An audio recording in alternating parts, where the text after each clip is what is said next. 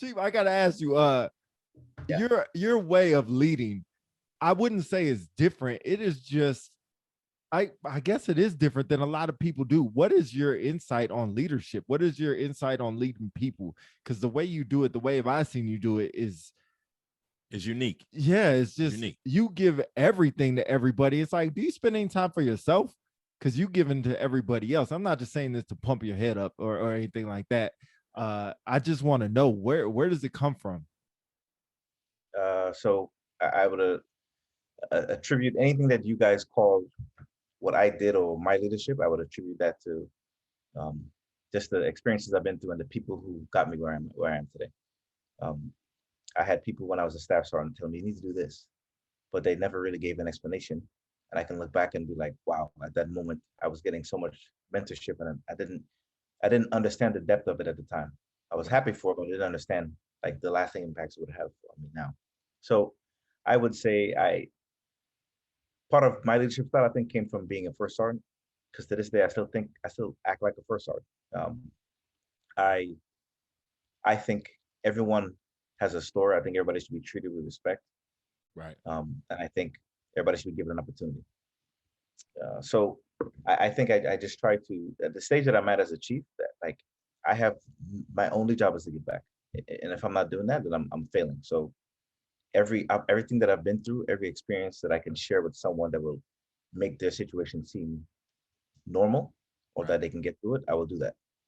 So I think I just approach everyone that way, and maybe I've had some success in that aspect.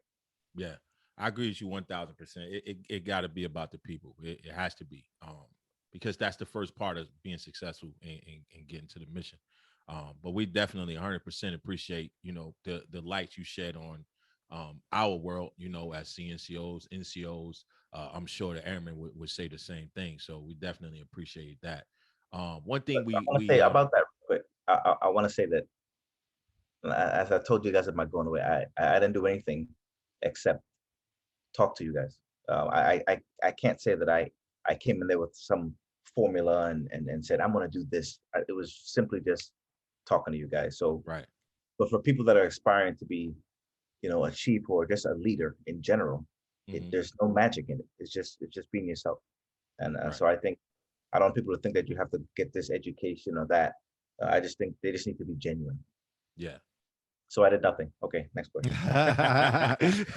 So along the route, because you had a very diverse route when it comes to career progression, I would say, because a lot of them routes, a lot of people don't make it, get to experience Pentagon and things like that, and get to jump, uh ALS and stuff. So you made a lot of moves. So my question would be, because a lot of people uh think that it's supposed to be a scot-free route, right? And no challenges emerge when you reach that teeth level. You get to that upper echelon, and that 1%. So what would you say some of the challenges were along that route, right? And some of the things that you maybe experienced that made you more, successful, helped you learn how to be even more successful. I think that's a great question. Um, and I can immediately think of all the failures I've had. Fail a lot. As an ALS instructor, I would say when I did you go through EPMEIC, the EPME instructor course, Mhm. that was extremely hard for me. Um, that was very very challenging academically for me. But the art of talking to people and connecting in class, that came natural once I integrated my experiences into the class. Right. Um, so I had some stumbles there, but I had good teammates to help me get where I'm at, where to be a better instructor, and of course the students. I think as a first sergeant, and I messed up a lot of stuff because you go through. At the time, I went through a 2-week course to really just help you understand the support agencies, and then uh, first sergeant duty is a lot of OJT, on the job training. You Right. learn as you go, and you'll make a decision thinking that I think this is right. Uh, Luckily, a lot of the mess ups I had were in probably my first 6 to 8 months of being a shirt. Mm. Um, so I think the key was having other good first sergeants to be like, yep, you definitely jacked that up, but that's what we're going to do. And Right. I think that helped me mold into becoming a decent first sergeant. Uh, I distinctly remember when I put my diamond on, I was like, what do I do next? I have no clue. Mhm. And then I remember by the time I took my diamond off, there was nothing I couldn't do. Right. But I don't know when that change or metamorphosis happened. I just know that, okay, what are we doing next? I could do anything.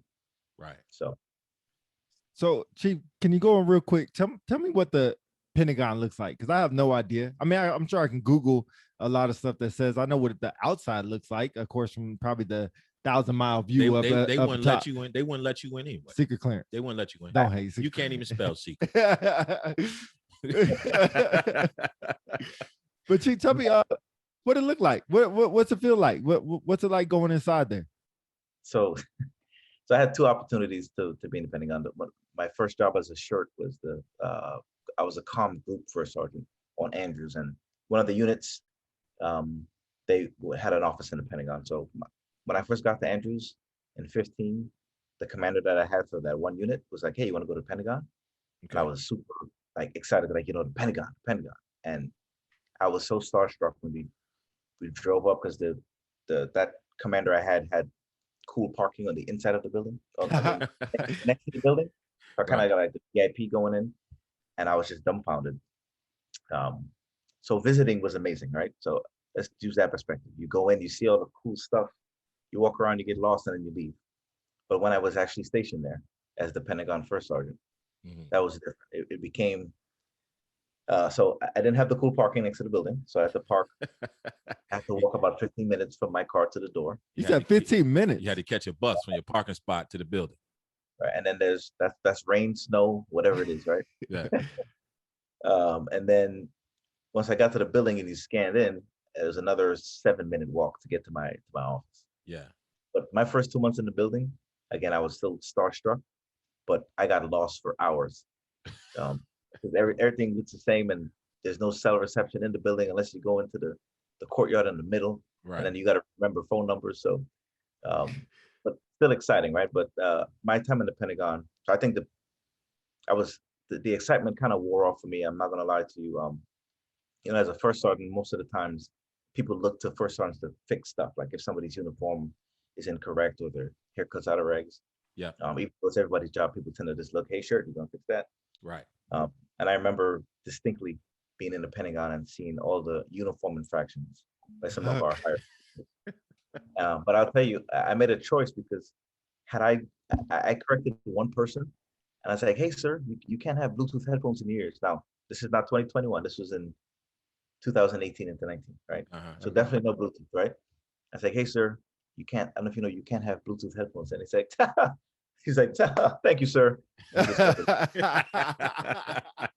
So I kept punching him in the back of his neck. Right? I couldn't do any of that. But my job ended once I gave him the information that he needed to do whatever. But had I done that to everyone that I walked past that was in violation, I would have never got to my office. So I made a conscious decision to get to my office and do my job, because I would have been just pissed off all day. But the Pentagon is I look back at it, I grew a lot because of the cases that I had while I was in the Pentagon. But it was to me, a little bit disappointing to see the place where all the rules are made and not everybody follows them. Not everybody, but not a small fraction of people just wouldn't follow the rules, and they just whatever. Wow. But again, that's one place. I know at every base I've been to, people are doing what they need to do. Not saying that people in the Pentagon aren't doing what they need to do. Yeah. But the level of exposure that I had and the situations I had was a little, what's what I'm looking for? A little discouraging. So I was super happy to get back to Luke, to a regular base, where the rubber meets the road, where things actually happen. Right. So yeah, I was happy for my experience in the Pentagon, but happy to get back to a regular base where they're airmen on. Yeah. Yo, real quick, we got 20 plus people on here. If you guys have a question for Chief Gilbert, please type it in. We'll go ahead and give it out there and make sure that he gets put on the spot for that question that you guys have for him. I got another because like I said, your transition was unique, coming from the islands, coming from Trinidad, and then coming to America, then joining world's greatest Air Force. You know what I'm saying? Sure. So like what was the transition like for you? You know what I mean? Because you came from islands, then you hit America, then boom, you know, you in the military, and then you in the military as a minority. You know what I mean? So like, what those transitions was like, you know? Okay, that's a really good question. So huge, and to put it in this perspective, right? Any 18-year-old that leaves, so when you're a teenager, your main concern is friends, right? Your friends. So to leave, you know, the country where I was born with all my friends to go to a country where I didn't know anyone is mentally taxing on anybody, right? Much less a teenager. So to start over, and anyone that leaves a country and migrates to another country is making a decision that they know is going to be rough on them, right? So Right. Come at 18 to the States, I started working at Sears. And I'll tell you the Caribbean culture is way different than American. So I had a lot of adjusting to do. Like, for example, I had my dad lived right across the street from a bodega, which is a corner store for people from California who drive Teslas. Corner store. And I was 18, right? I had my license, and he was like, "Hey man, can you buy me some beer?" And I'm thinking, "Yeah, bro, give me the money." I go in the store, I'm 18, go in the store, get the beer. The guy's like, "You got ID?" I was like, "Do I?" I gave him my license, and he's like, "You gotta be 21. I was like, "That's stupid. Give me mine." 21 to buy beer? That makes no sense. Yeah. So little things like that, I had to like understand. Like, okay, right. But again, that I think that if you can adapt to those kinds of things, that's awesome, right? Right. So now I'm in the military, and I get to my first base, and I never forget when I got picked up. So my name is Andy Gilbert, right? If you say that with an American accent, you would assume that I'm probably Caucasian, right? That's a safe assumption, or at least what I've been told. Again, I didn't know. I was never accused of being Caucasian by my name until I came to America. Right. So I got picked up at the airport, and they had a sign, Andy Gilbert, and I walk up and they're like, you're not white." Like, no. Damn. I've never been white, been this way my whole life. What airport was that at? Where'd you fly into? Fort Walton Beach. Okay. I was at, I can't remember the name of the airport. All right. But anyway, so when they see me now, like when I first came to security forces, you look at me because everybody judges on appearance, right? They're like, "Oh, this guy's African American." I automatically get lumped into that, and I'm not that, right? I'm not upset that I get up into that, but I just think that some people just don't think about, because we always judge people by appearance. Right. And that's why I think it's important that we need to know each person's story, because if everybody just assumed I was African American, nobody ever asked when I got to security force, "Hey, Chief, where you from?" Right. You guys would automatically assume I'm from, I don't know, New York, somewhere. I don't know. So it's always good to ask questions. You just never know. When I ask people, I can tell usually when people are from the island, right? And every time I ask an islander, I say, "Hey, where you from?" They're like, "Jersey." I'm like, "Okay." "Where are you from?" Like, "Oh," right? Right.